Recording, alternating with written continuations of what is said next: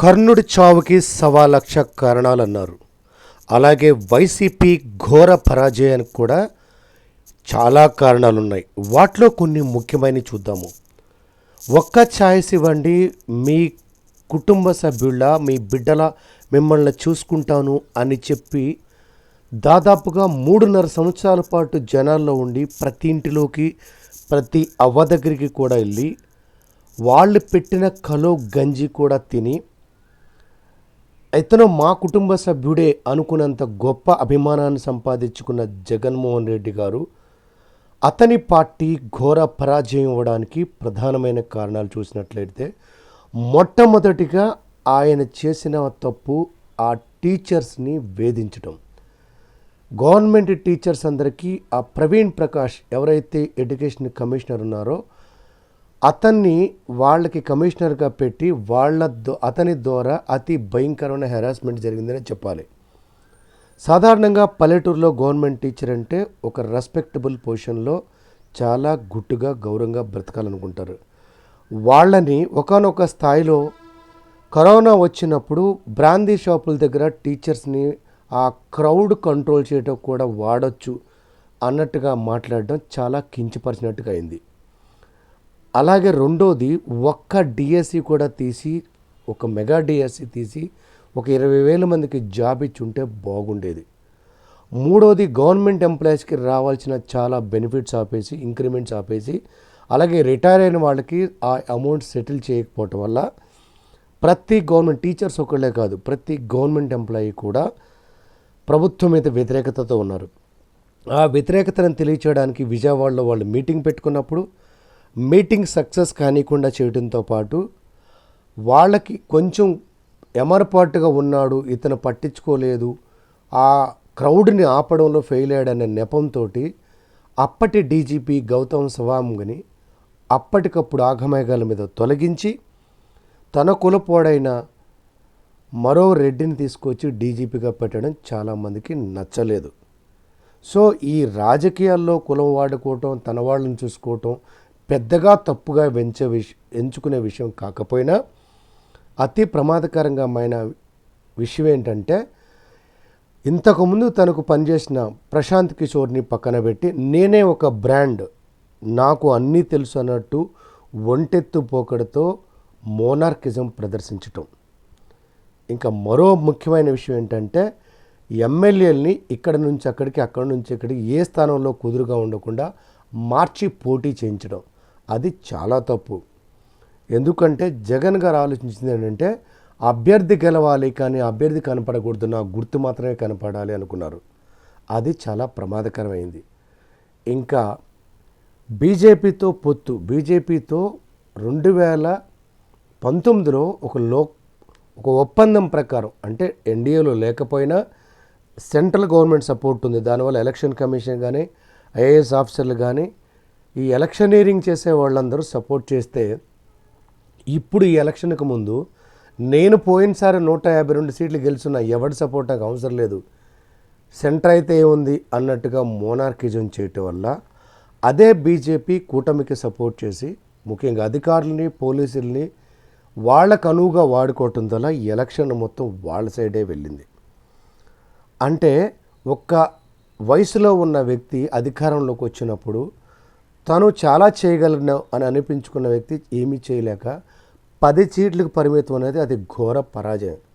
ఇంకా మరో విషయం ఏంటంటే, పవన్ కళ్యాణ్ గారు జనాల్లో ఉంటే, అలాగే లోకేష్ బాబు గారు కూడా జనాల్లో ఉంటే, జగన్మోహన్ రెడ్డి గారు మాత్రం ఆఫీసులోనే ఉండి కేవలం బటన్ నొక్కే సీఎంగా పేరు తెచ్చుకున్నారు. అంటే రాజశేఖర రెడ్డి గారు గెలిచిన తర్వాత కూడా పబ్లిక్లో ఉన్నారు, చంద్రబాబు నాయుడు గారు గెలిచిన తర్వాత కూడా పబ్లిక్ మీటింగ్స్కి బాగా వెళ్ళారు. అంటే ఇక్కడ అదృష్టమో దురదృష్టమో కరోనా ఒక 2 సంవత్సరాలు పోయినా మిగతా 3 సంవత్సరాల్లో కూడా పబ్లిక్లో లేకుండా తను ఆ తాడేపల్లి హౌస్కి మాత్రమే పరిమితం అవటం చాలా భయంకరమైన విషయం. ఇంకా మరో అంశం క్యాపిటల్ విషయం. క్యాపిటల్ కాదనటమే కాకుండా మాకు ఇక్కడే క్యాపిటల్ ఉండాలి అని పోరాడుతున్న అమరావతి రైతుల మీద విపరీతమైన దాడులు చేయించడం, గర్భిణీ స్త్రీలను కూడా తన్నించడం, ఇవన్నీ ప్రజల మనసులో చెరిగిపోని నెగిటివ్ ముద్ర పడిపోయింది. ఇంకా అతి దారుణంగా దెబ్బకొట్టిన మరో అంశం ఏంటంటే, బాబాయి హత్య కేసు. ఆయన చేశారో లేదో తెలియదు కానీ కనీసం పలానా వాడు చేశాడు అని ఒక కన్క్లూజన్కి ఇవ్వకపోవడం చాలా తప్పైంది. అంటే ఇతను ఇంటిలో వాళ్ళనే చంపాడు, ఇంకా రాష్ట్రాన్ని రౌడీయిజం తప్పితే రాజకీయం కాదు, ఒక రాజకీయ నాయకుడు కాదు, ప్రజలు నెచ్చే నాయకుడు అంతకన్నా కాదు అని అనిపించుకున్నాడు. ఇంకా మరో అంశం ఏంటంటే సొంత చెల్లి కాంగ్రెస్ పార్టీ అధ్యక్షురాలుగా రాష్ట్ర అధ్యక్షురాలుగా అవ్వడం, తను ఆ వ్యక్తి గురించి చాలా నెగిటివ్గా మాట్లాడడం, పోయినసారి ఎలక్షన్లో ఉన్న అమ్మ చెల్లి సపోర్టు లేకపోవడం చాలా దారుణమైంది. 40 సంవత్సరాల పైన చరిత్ర ఉన్న చంద్రబాబు నాయుడు గారే అందరినీ కలుపుకుంటూ పోతే మన జగన్ గారు మాత్రం అందరినీ కెలుక్కుంటూ పోయారు. అది చాలా ఘోర ప్రమాదం. ఇంకొక అంశం ఏంటంటే ఓట్లేసే వాళ్ళందరూ నేను పోషిస్తున్నాను కదా, ఇంటికి డబ్బులు ఇస్తున్నాను కదా అనుకున్నారు. ఈ జనాలకి డబ్బులు ఇచ్చేవాడు కాదు, డబ్బులు ఇచ్చేందుకు కష్టపడించేవాడే కరెక్ట్. అది జనాల్లో పెద్దగా వెళ్ళలేదు. మా సొమ్మే కదా ఇస్తుంది, వాళ్ళ బాబు సొమ్మే ఏమైనా ఇస్తున్నాడా, ఆయన జేబులో డబ్బులు ఏమైనా ఇస్తున్నాడా అని ఈ డబ్బులు తీసుకున్న వాళ్ళు కూడా దాని గురించి పెద్దగా పాజిటివ్గా రెస్పాండ్ కాల. ఇంకా మరో అంశం ఏంటంటే అదే చెప్పాను కదా, కర్ణుడి చావుకు 100 కారణాలు అన్నట్టు మరొక ఘోరమైన విషయం ఏంటంటే తను గవర్నమెంట్ స్కూల్స్ని డెవలప్ చేసినా, గవర్నమెంట్ హాస్పిటల్స్ని డెవలప్ చేసినా ఏ వ్యక్తి కూడా పూర్తిగా గవర్నమెంట్ హాస్పిటల్లో గవర్నమెంట్ స్కూల్లో నమ్మి అక్కడికి వెళ్ళి ఆ సేవలు అందుకునే పరిస్థితి లేదు. అంటే ఒక సామాన్యుడికి ఆ ఖర్చు అలానే ఉండిపోయింది, స్కూల్కి ఫీజు పెట్టే ఖర్చు అలానే ఉండిపోయింది, గవర్నమెంట్ హాస్పిటల్కి వెళ్ళి నమ్మకంగా వైద్యం చేసుకునే పరిస్థితి లేకపోయింది. వీటితో పాటు కొడాలి నాని, వల్లభనేని వంశీ, రోజా, అంబటి రాంబాబు వీళ్ళు మాట్లాడిన అడ్డగోలు మాటలు కూడా అతి భయంకరమైన ప్రమాదక గంటికలు మోగించాయి. రాజకీయాల్లో ఒకళ్ళ పనితనాన్ని మరొకళ్ళు విమర్శించుకోవటం చాలా సర్వసాధారణమైన వ్యక్తిగత దూషణలు చేయడం, ముఖ్యంగా పవన్ కళ్యాణ్ గారు ఏది ప్రశ్నించినా దానికి సంబంధించిన సమాధానం కానీ సమాచారం ఇవ్వకుండా 3 పెళ్ళాలు అంటూ ఎద్దేవా చేయటం ద్వారా ఇవాళ 21కి పవన్ కళ్యాణ్ గెలిచే స్థితి వెళ్ళే తీసుకొచ్చారని చెప్పాలి. ఇంకా రోజా గారి ప్రవర్తన గురించి ఎంత తక్కువ మాట్లాడితే అంత మంచిది. ఆమె డ్రామా ఆర్టిస్ట్ కన్నా అతి దారుణంగా ప్రవర్తించి తను ఒక మంత్రిని, ఒక శాసనసభ సభ్యురాలని మర్చిపోయి ఆమె బాడీ లాంగ్వేజ్ కానీ ఆమె మాట్లాడిన మాటలు కానీ ప్రతి సామాన్యుడికి కూడా ఈ వెగటు పుట్టించేటట్టులా తయారైంది. ఇంకా అంబటి రాంబాబు, వల్లభనేని వంశీ, కొడాలి నాని వీళ్ళు కూడా తమ వంతు పాత్ర చేశారు. మరొక అంశం ఏంటంటే వల్లభనేని గారు, వంశీ గారు చంద్రబాబు నాయుడు గారి భార్య మీద చేసిన కామెంటు రాష్ట్ర వ్యాప్తంగా చాలా దుర్మార్గం అనిపించింది.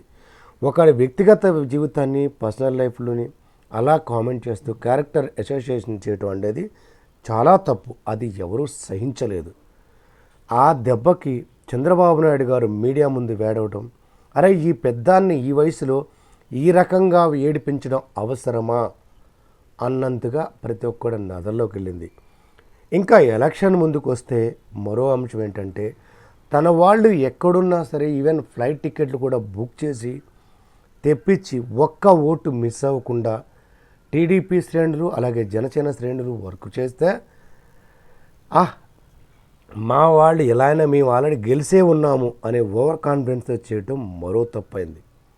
ఎంతటి మేధావైనా, ఎంతటి గొప్పవాడైనా, ఈ దేశానికి స్వతంత్రం తెచ్చిన నెహ్రూ అయినా, ఐరన్ లేడీ అనిపించుకుని ఎంతో గొప్ప డెసిషన్ తీసుకున్న ఇందిరాగాంధీ కూడా ఎప్పుడు 100% సీట్లు గెలవలేదు.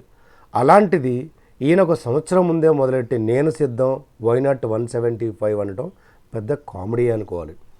అసలు ఆ గ్రౌండ్ లెవెల్లో ఏం జరుగుతుందో తెలియకుండా పక్కన సజ్జల రామకృష్ణారెడ్డిని పెట్టుకొని ఆ సజ్జల అనే వ్యక్తిని ఈయనకి సర్దిగుడు బెనిపించాడు అనిపించుకోవాలి. కంప్లీట్గా సంక నాకిపించాడు అంటలో ఎటువంటి ఆలోచన, ఎటువంటి డౌట్ పెట్టుకోకర్లా. అది చాలా ఘోరమైన ప్రమాదం చేసింది.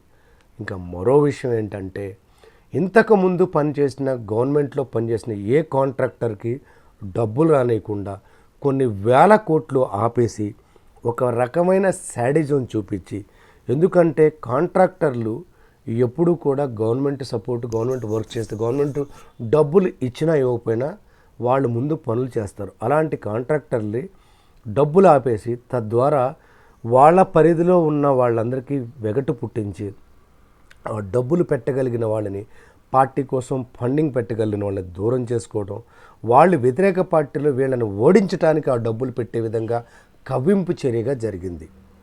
వీటితో కాకుండా అసలు ఈ టర్మ్లో ఏం జరిగింది అంటాకి ఒక్క పని చెప్పుకోవడం లేదు. ఒక్క డబ్బులు పంచే పని తప్పితే పలానా ఎయిర్పోర్ట్ కట్టారు, పలానా యూనివర్సిటీ కట్టారు, లేదా పలానా పోలవరం పూర్తయిపోయింది అనిపించుకోవటానికి తనుదంటూ ముద్ర వేసే ఒక పని చేయలేకపోవటం జగన్మోహన్ రెడ్డి గారి పాలనలో పెద్ద లోపమనే చెప్పాలి.